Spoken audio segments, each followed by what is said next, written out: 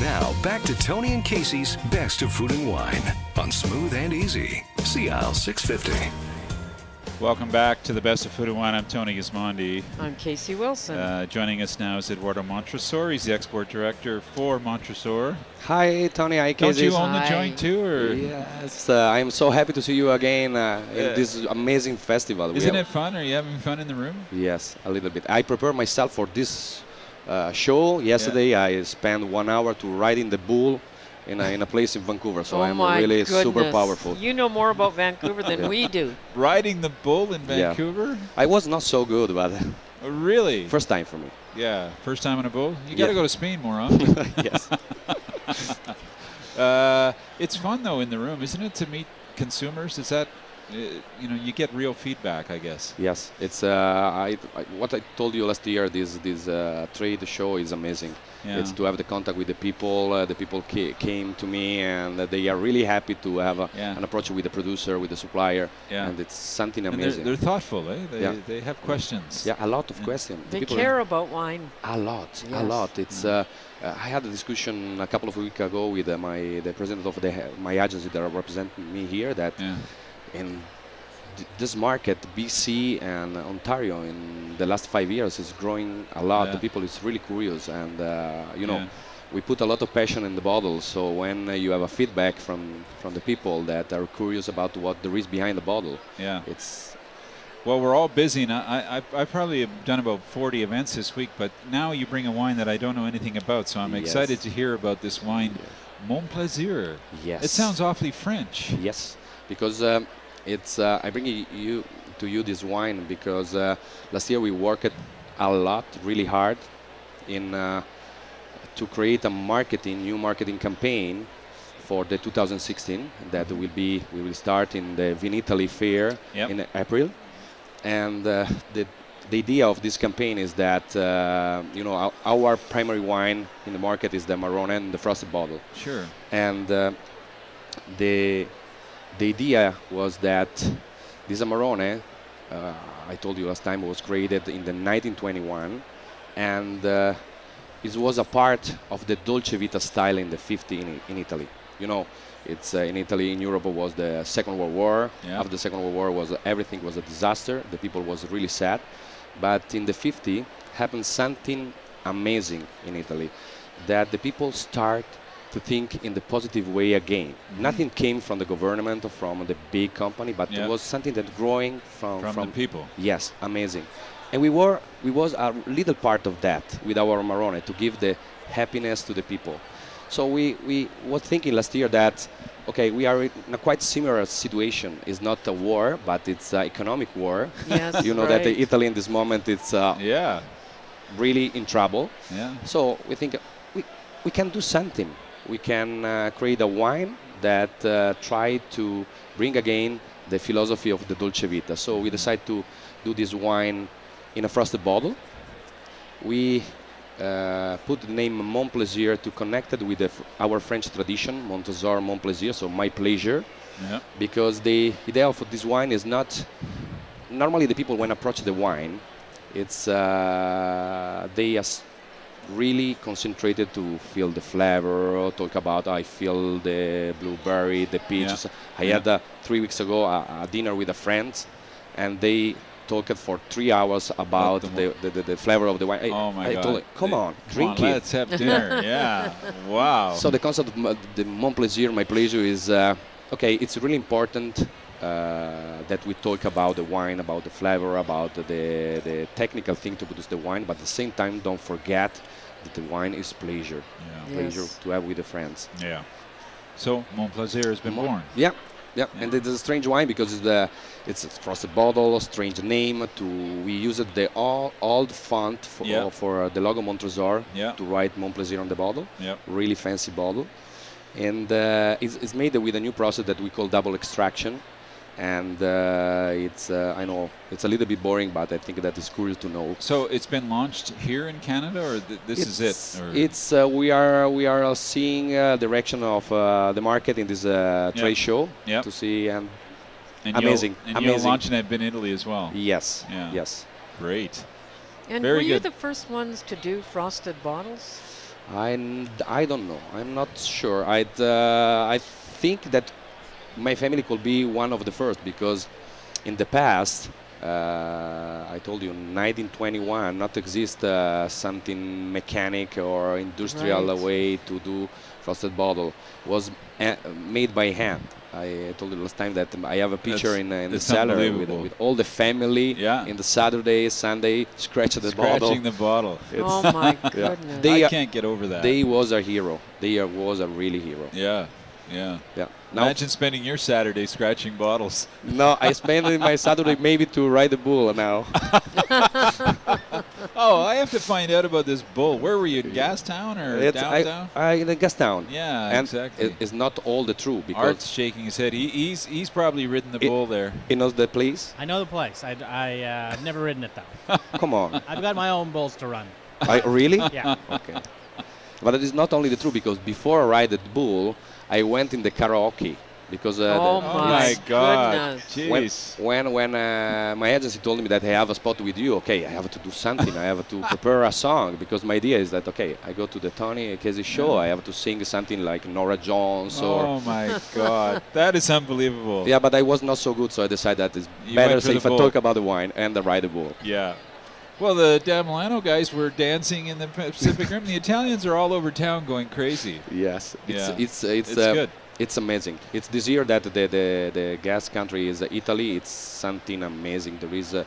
We are really crowded. Yeah. It's impossible. Good energy. A lot. And I think that it's really important this moment to have a little bit focus in Italy, in your country. All right, we need to get focused. We jumped ahead to the wine. Let's go back to Montresor. Just tell our listeners the brief history of Montresor, and then we'll introduce the Amarone here so that everybody gets caught up. Yeah, really short story. Yeah. It's my company is a family company. It was founded from my great-grandfather Giacomo. This is why the name Giacomo Montresor. In the 1892. And we are located in Verona area, the city of love, famous for Romeo and Juliet. Sure. And the name is French because the roots of the family came from France, for the Val de Loire. And the story is a little bit scary because my ancestral father, Claude, escaped from France for a political reason because they had a bad idea in the 17th century to try kill the Cardinal Richelieu. The attempt failed, and so it was not so good. Yeah. So he escaped before. He took off. Yeah, he escaped. He arrived in the. Yeah. He arrived in the area between the Verona city and the Garda Lake. That is the biggest lake that we have in Italy. Really important to understand our wine because it's bring warming. Compare, you know that North Italy is cold, not like. Your country, but it's compared to the rest of the Italy. Oh yeah, it's cool. So he bought land and started to grow the vineyards and produce wine for pleasure. And in 1892, my great-grandfather decided to put the first label on the bottle and start to sell the wine. This is the short story. Wow. Well, I'm tasting the wine now, and it's delicious. We've been talking about Amarone a bit. What's the state of Amarone today? Like, it seems like there's a lot of interest in Amarone. Like, it's growing. And it's a boom everywhere. It's Amarone. It had in the past some problem before the 60s because the name was Recioto Amaro. Yeah. Amaro in Italian means bitter. And so many people in the export market had some confusion. Yeah, I don't want a bitter wine. So, yeah. Now with an Amarone, it's in the last 10 years, and I have to thanks the other producer of the area because the success of Amarone is because it's really tough, or maybe it's impossible to drink a bad Amarone. Yeah. Well, they're so clean now too. Like there was a time when they weren't so clean too, and it was a confused flavor. But now it's a very the style is fresh, even though the wine is big and can be long-lived. Yeah. The incredible thing of Amarone is that the method of production totally produced with the dry grapes, 100% dry grapes that we dry in our granary for 4 or 5 months. Yep. But the unique thing that you have a full body wine, but at the same time, really, if my father listen, kill me, but easy drinking style. What does it mean easy drinking? That it's really easy pairing with the food. Yeah. Yes. My focus, the focus of my family is provided to the market wine that you can drink with the food. Yes. Is there a little change, would you say, in the blend from your father's time to now? A little bit. In terms of the grapes that go into it, or? A little bit. A Yeah. little bit. Still remaining the process. We using the same yeast, Yeah. but we changed with my generation. We changed a little bit the percentage of the 3 different grapes: Corvina, Rondinella, and Molinara. Yep. Then we put it more emphasis in the Molinara to give more freshness in the wine. Yep. And of course, changed a little bit the timing of the harvest, because the global warming it's everywhere. Pushes you, it's more forward. It's everywhere. Starts earlier and finishes earlier, I guess. Yes, yes. I remember when I was young, I remember that the harvest for Amarone was in the end of October. Yeah. Now is in the end of September. Yeah. It's That's Big a lot. difference. yeah, it's 20. And you're not that old. No, it's 10 years ago when I was 15. No, I'm a liar. Yeah. I'm lying. Sorry. Favorite food with each of these wines? It's for Montplaisir. I love pairing with meats, beef, with some sausage made with a tomato or a little bit of garlic and vinegar, because it's you feel in the hand of the mouth that there is a nice acidity. It's a full body, but nice acidity in the hand of Montplaisir. And with Amarone, it's of course the best pairing for me is a boiled meat, typical food of my city, Verona. It's chicken, beef, everything, boiled for 3-4 hours in the water. Don't sound good, but if you test it, it's amazing. Yeah. But for me, is the plate that when my mother invite me at home and it has to be on the table is the risotto made with pumpkins and Amarone. Oh, wow. Fantastic. And I had last year I was in Quebec City, and I received a surprise from a friend that has a restaurant that invited me. But I think that he invited me to have a dinner. He invited me to be the chef for one night. Oh my goodness. Yeah, Did you do the pumpkin? Yes, we found the pumpkins.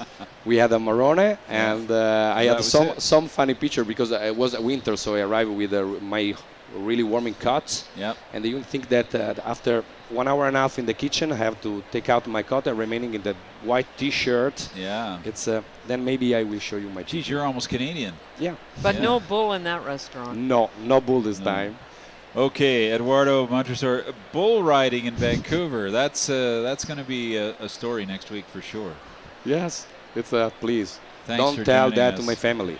Thanks so much for joining us and for sharing the new Montplaisir from Montresor, $20 a bottle, and probably will show up in the market shortly if it's not already here. And of course, the iconic Amarone in the maybe not hand scratch bottle anymore, but very iconic looking shaped bottle for $40.99. Thanks so much for joining us today. Thank you. Great to see you. Enjoy Vancouver with your time that's left. I will. Yeah.